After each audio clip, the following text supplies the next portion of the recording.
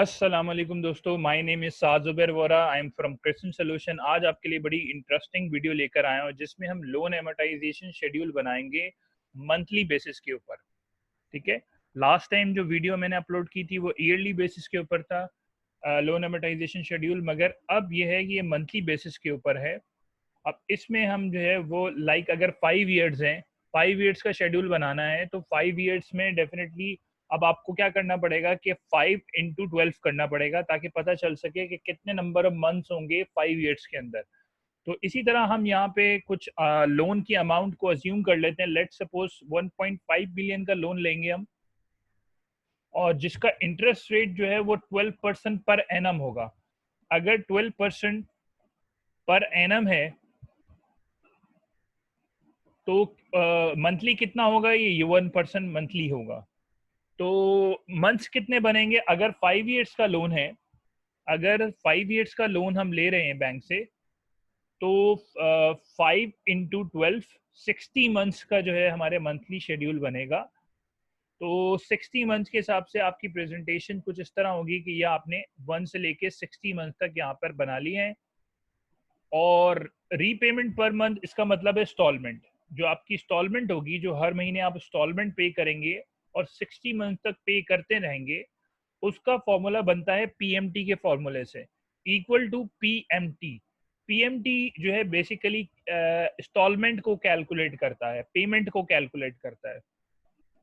अब सबसे पहले जब मैंने पेरेंथेसिस ओपन किए तो सिंटेक्स में क्या पूछ रहा है? बोल्ड में रेट पूछ रहा है। रेट क्या है आपका? 1%। आपने क्या किया? उस सेल का रेफरेंस दे दिया, देन कॉमा एनपीआर। एनपीआर क्या होता है? नंबर ऑफ ईयर्स या नंबर ऑफ मंथ्स। अब हमारे केस में यह नंबर ऑफ मंथ 60 है तो हमने 60 के सेल का रेफरेंस दे दिया।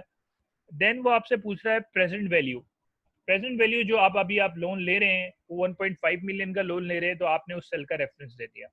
देन वो लास्ट में सेकंड लास्ट में वो आपसे पूछ रहा है फ्यूचर वैल्यू। एफ पी का मतलब फ्यूचर वैल्यू।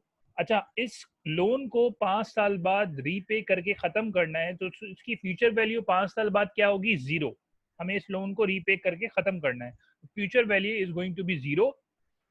देन उसके बाद आपने पेमेंट कब करनी है? ये पूछ रहा है कि at the end of the period payment करनी है या beginning of the period payment करनी है। तो हम इंस्टॉलमेंट की payment at the end of the period करेंगे। इसको ब्रैकेट क्लोज कर दिया। अब ये आपके पास मंथली इंस्टॉलमेंट आ गई कि अगर आप 1.5 मिलियन का लोन लेते हैं और 1% इंटरेस्ट रेट होता है और 60 मंथ्स की इंस्टॉलमेंट होती है या 60 मंथ का शेड्यूल होता है, तो आपको हर महीने इतनी पेमेंट करनी पड़ेगी। अब चुनाची ये माइनस में है, सिर्फ मैं माइनस में बेसिकली सही दे रहा है वो, क्योंकि पेमेंट माइनस में ही होती है, आउटफ्लो होता है। मगर मैं इसको शेड्यूल बनाने के लिए यहाँ पर क्या करता हूँ कि पीएमटी से पहले एक माइनस का साइन दे देता हूँ, ताकि जो पहले वाला माइनस था और ये माइनस माइनस माइनस प्लस हो जाए और ये पॉजिटिव की फिगर आ जाए। अब ये पॉजिटिव की फिगर मुझे आगे काम आएगी। अच्छा, मैं सिर्फ जो वर्किंग करूंगा सिर्फ पहले महीने में और दूसरे महीने में करूंगा। अब बाकी मैं इसको ड्रैग एंड ड्रॉप कर दूंगा ताकि 60 मंथ्स तक का शेड्यूल बन जाए। अब वो किस तरह करना है वो आपने जरा देखना है कि इसमें बिगनिंग बैलेंस में ले रहा हूँ लोन की अमाउंट विच इज 1.5 मिलियन, और मैंने उस सेल का रेफरेंस दिया है, यहाँ पे टाइप नहीं किया। ठीक है। ये तब मुझे काम आएगा जब मुझे दोबारा से चेंज करके देखना होगा। अच्छा, interest rate. Interest rate basically हमेशा इंटरेस्ट जो चार्ज होता है आउटस्टैंडिंग अमाउंट के ऊपर होता है। जो लोन का एक्चुअल बैलेंस होता है, जो बैलेंस होता है, जो रिमेनिंग होता है या आउटस्टैंडिंग होता है, उसके ऊपर होता है। तो हमारे पास अभी पहला महीना है तो 1.5 मिलियन ही लोन लिया है, तो वही हमारा बैलेंस अमाउंट है, multiply by interest rate. Interest rate चुनाचे हर महीने 1% रहेगा। तो इस 1% को मैं F4 से प्रेस करके लॉक कर रहा हूं, ताकि ये वाला जो सेल है, सेल रेफरेंस D3, ये कंप्लीट लॉक हो जाए, क्योंकि यही 1% जो है आगे कंटिन्यू रहेगा। अच्छा, मंथली पेमेंट आपकी कितनी बनेगी? मंथली पेमेंट आपकी जो हमने निकाली है पीएमटी के फॉर्मूले से, इसको भी मैं लॉक कर रहा हूं, क्योंकि हर महीने हमें यही इंस्टॉलमेंट देनी है 60 मंथ्स तक। तो इसको मैंने F4 से लॉक कर दिया। Principal repaid. अच्छा, प्रिंसिपल रीपेमेंट कैसे आती है? जब आप इंस्टॉलमेंट के अंदर दो किस्म के एलिमेंट होते हैं। इंस्टॉलमेंट के अंदर आपके पास दो किस्म के एलिमेंट है। तो उसमें अगर आप मिसाल के तौर पे आप इंस्टॉलमेंट पे कर रहे हैं, तो इंस्टॉलमेंट में आपके पास पहली चीज क्या होती है? इंटरेस्ट होता है। और दूसरा होता है प्रिंसिपल बैलेंस।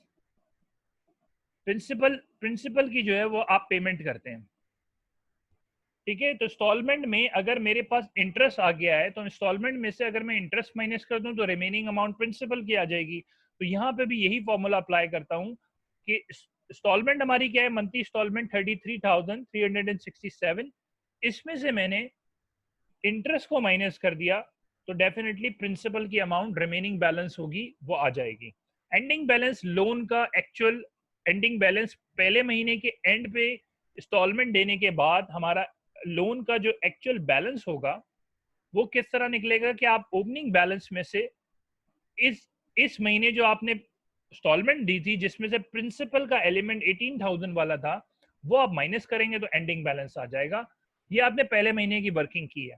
देन आप सेकंड मंथ में एक दफा वर्किंग और करेंगे और आसानी के लिए इसलिए कर रहे हैं कि हम आसानी हो जाए हमें कि यहाँ पर दूसरे महीने का ओपनिंग बैलेंस क्या होगा या बिगनिंग बैलेंस क्या होगा वो जो पहले महीने का एंडिंग बैलेंस होगा उससे मैंने लिंक करा दिया और बाकी सारी चीजें जो हैं वो सेम रहेंगी। इसको मैंने कॉपी करके नीचे पेस्ट कर दिया है।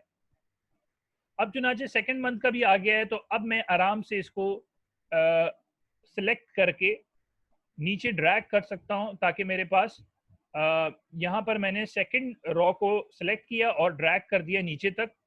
तो मेरा जो क्लोजिंग बैलेंस आ रहा है अब आप इसको चेक कर सकते हैं कि आपके जब 60 मंथ हो जाएंगे तो फ्यूचर वैल्यू आपकी जीरो आ रही है। और हमने जब पेमेंट का फॉर्मूला लगाया था तो उसमें फ्यूचर वैल्यू जीरो दी थी हमने। तो यहाँ पे हमारा पूरा शेड्यूल जो है वो रेडी हो गया है 60 मंथ्स का। इसके अलावा हमारे पास अब हम चेंज करके भी दे सकते हैं। लेट सपोज इंटरेस्ट रेट जब हमने बैंक से नेगोशिएट किया तो वो 1% नहीं है, वो मंथली 2% होगा। तो जैसे ही मैंने 2% किया तो मेरी इंस्टॉलमेंट भी चेंज हो गई और मेरा पूरा शेड्यूल चेंज हो गया और फ्यूचर वैल्यू एंड में जीरो आ रही है। मैंने इसको चेक भी कर लिया। अच्छा, अब यहाँ पर अगर लेट सपोज मैं लोन की अमाउंट को चेंज करता हूँ, 2 मिलियन लेता हूँ। तो जैसे ही मैंने 2 मिलियन लिया और 2% मंथली इंटरेस्ट लिया, अब जाहिर सी बात है वो 24% पर एनम होगा। तो पर और जो 60 मंथ्स की इंस्टॉलमेंट्स अगर हैं तो ये पूरा शेड्यूल आपके सामने रेडी हो गया है। तो I hope you have enjoyed this video. Kindly share to your friends and colleagues. Thank you very much. अल्लाह हाफिज।